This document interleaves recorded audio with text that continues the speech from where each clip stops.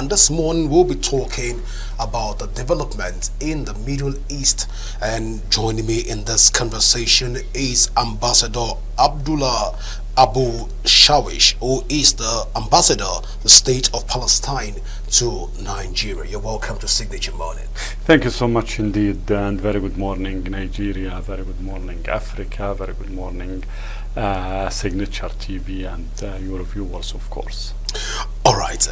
Thank you for honoring our invitation to be here. We don't take it for granted. But let's get into the conversation for this morning. In a few days, it will be a year since the current Israel-Pakistan conflict started. How would you describe the conflict in the last 1 year? Again, thank you so much indeed. But I used to say, or I used to start by making some minor corrections to the introductions. Of course, this is very moral, this is very political, and this is a very legal responsibility for me as a Palestinian, as ambassador of the State of Palestine. When you mentioned a crisis, dear Godwin, no, it's not a crisis, because a crisis it might be when you are have a crisis with another one who you have same power, or at least you the issue is not that much cluster clear what you are fighting, or what you are what is the difference between both of you. But in our case, in the Israeli-Palestinian issue or the Palestinian cause, it's the Israeli occupation, not the crisis. In the recent, the very last year, it is the Israeli war against the Palestinian people, or the recent escalation of the Israeli long-time war against the Palestinian people. And let us put it in it is historical incubator or historical background. This war started in November 2nd, 1917, when the United Kingdom issued the notorious and despicable Balfour Declaration. In this declaration, the United Kingdom, who have no right, who have no even footprint in our historical land, Palestine, issued this declaration. In this declaration, they promised the Khazarian Jew, the European Jew, whom have no right at all as a Khazarian Jew to be in Palestine, they issued in this declaration, they promised them of our historical land of Palestine. Since that time, United Kingdom sowed the seeds for all of this unprecedented, unfair situation or evil issue that we are facing. This war was continued till 1948, when the Jewish gangs, after more than 50 massacres that they conducted it against the Palestinian people, succeeded with a lot of support of other Western countries, succeeded to expel and to ethnically cleanse the Palestinian people. One of them is my family, my father, I mean, who was born in our old village, Barga, and he became, he expelled and ethnically cleansed, and he became a refugee in Gaza. This war was continued till we reached 1967, when Israel at that time occupied the remaining part of the historical land of Palestine, and here I mean West Bank, including Jerusalem, East Jerusalem, and Gaza. So that when we talk about October 7th, which you're gonna shed light for sure about it, on it within the next few minutes, we should take it in its historical background. We cannot isolate it October 7th or what happened just 1 year ago out of its historical context. The galaxy itself was not created 1 year ago. The Earth itself was not created or invented only 1 year ago. So that this is very important to start the discussion, just to make sure that to differentiate between the war that is launched against the Palestinian people and the crisis that might happen between two countries or other. But what is happening right now, what is running long time ago, it's a war against the entire Palestinian people. All right, thank you so much, Abu Shawash, for putting this issue, Shawish, for putting this issue in perspective. But then let's talk about the human rights violations as it stands right now in Pakistan. In Palestine. In Palestine, I beg your pardon. How have ordinary Palestine survived over the last year? They've been surviving with the human rights violations. Again, as if again, it's not only for the last year. We are suffering of, or Israel is violating all the human rights against the Palestinian people. I mean, long time ago, but it was intensive. It was intensified during the very last year. Just to talk about what is happening during the last year. Approximately, we are talking about 42,000 Palestinians was killed, was completely eliminated, was completely, part of them we cannot find even any single piece of them. For those 42,000, nearly 42,000, the majority of them, according to the United Nations and other very respected reports, I mean 70%, 70+% is women and just children. 10,000 of the Palestinians still missing. No one know where is those 10,000. The majority of Gaza is Gaza, or you can say that Gaza is nearly completely leveled. 1.9 million Palestinians out of 2.3 million the Gazans there in Gaza is internally displaced. Many of them was used or suffer or endure to be moving more than one time, looking for or searching for a safer place, whereas in Gaza, and again according to the United Nations, there is no safer place in Gaza. This is how many one is maimed, how many child became orphaned, how many one. There is tens of issues that if we want to take a look to it, for example, the water crisis or weaponizing the water. Israel is weaponizing the water. Gaza is completely shut down from the electricity for 1 year, one entire year. It's completely shut down from the electricity grid. So what I would like to say that when it came to the human rights issue, Israel spare no effort to violate all, and there is no exceptional, all the human rights in Gaza. Let me just remind you and the others that just in last July, the United Nations was included Israel in the list of shame. List of shame mean that the list that the countries whom is violating the rules and the international law against the children themselves. This is what is happening. This is what is going right now in Gaza. Put aside what is happening even in West Bank, where there is, according to the Israeli, they are not launching war in West Bank. 700 plus Palestinians was killed, sniped, since the very last year. Approximately we are talking about 11,000 Palestinians whom jailed, all of them with no exceptional, all of them according again to the international community, or to the international reports, international reports, even Israeli reports. For example, Beit Salem, the NGOs, the Israeli NGOs, is talking about all of those Palestinian was tortured, ill-treated, and all of them subject to unhuman treatment in the Israeli concentration camp and jails. Your Excellency, at this point, I'm tempted to ask, what's the implication of the escalation of this conflict in the Middle East? Again, you back to call it conflict, it's yours, but again, this is an Israeli occupation. We don't want to use the war. We don't want to use the war. It's war. Even the Israeli themselves. It's an alleged war.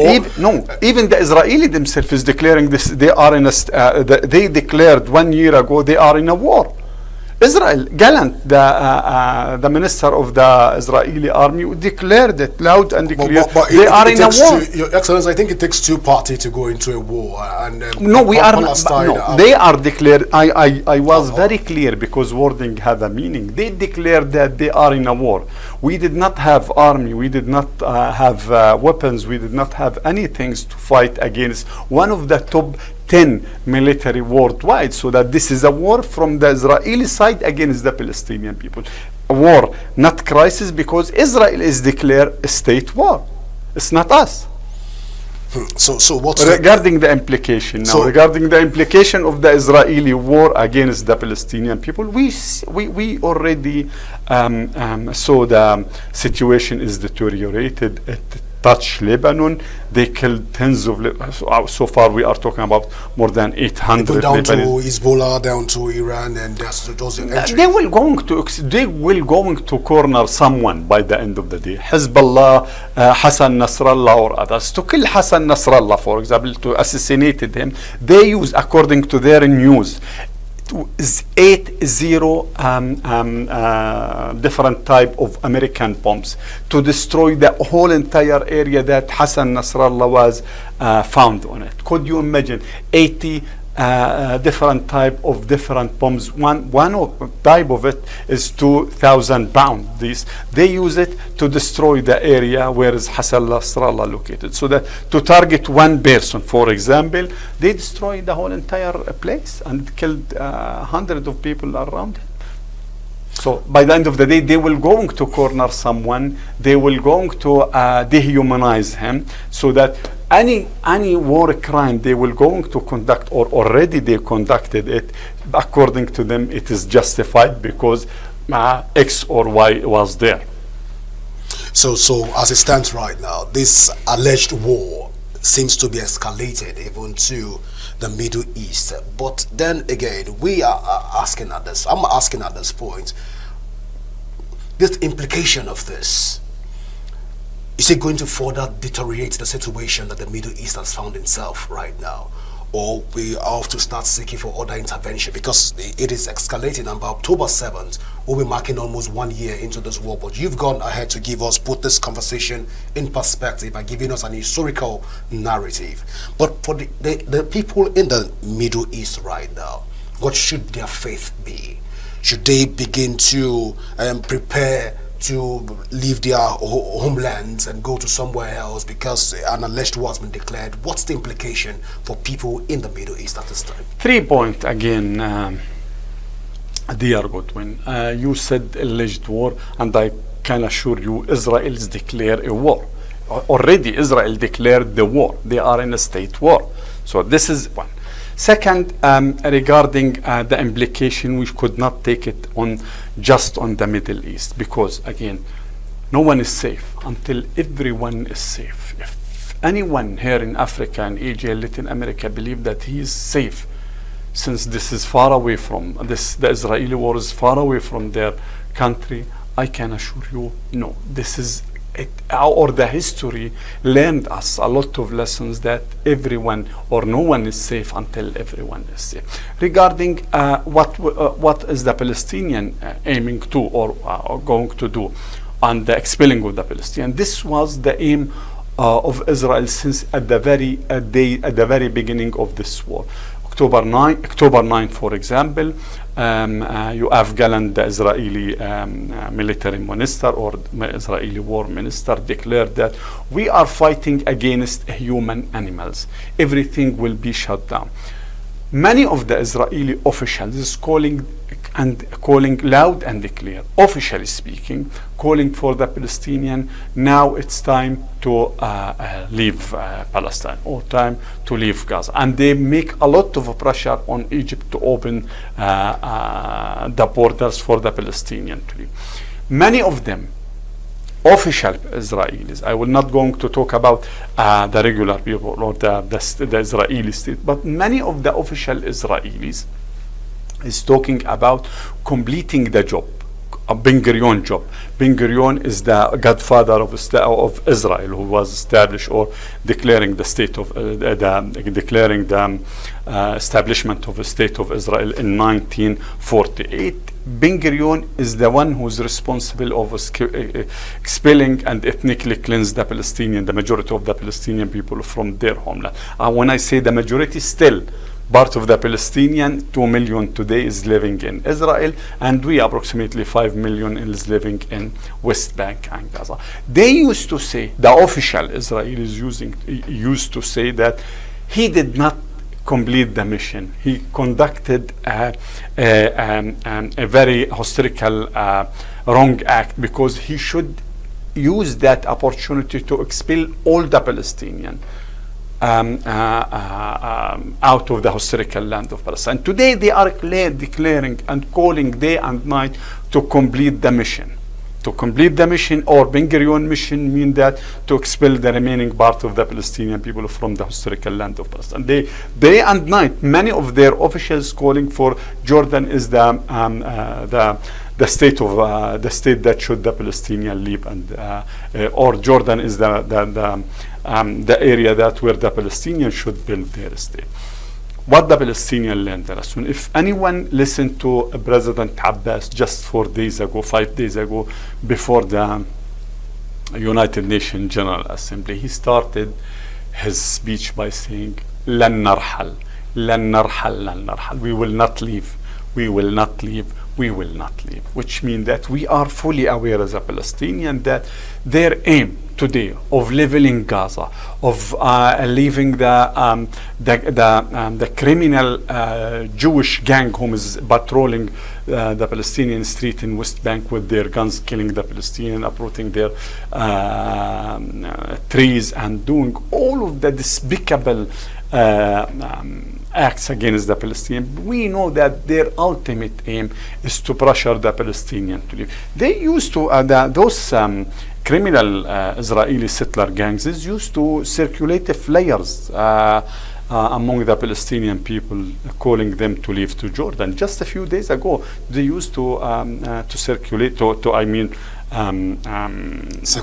circulate flyers and banners to call for the Palestinian to leave. If you will not going to leave voluntary, you will leave by force.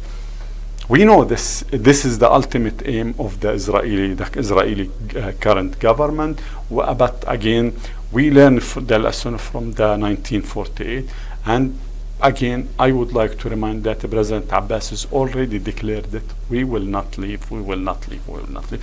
Just before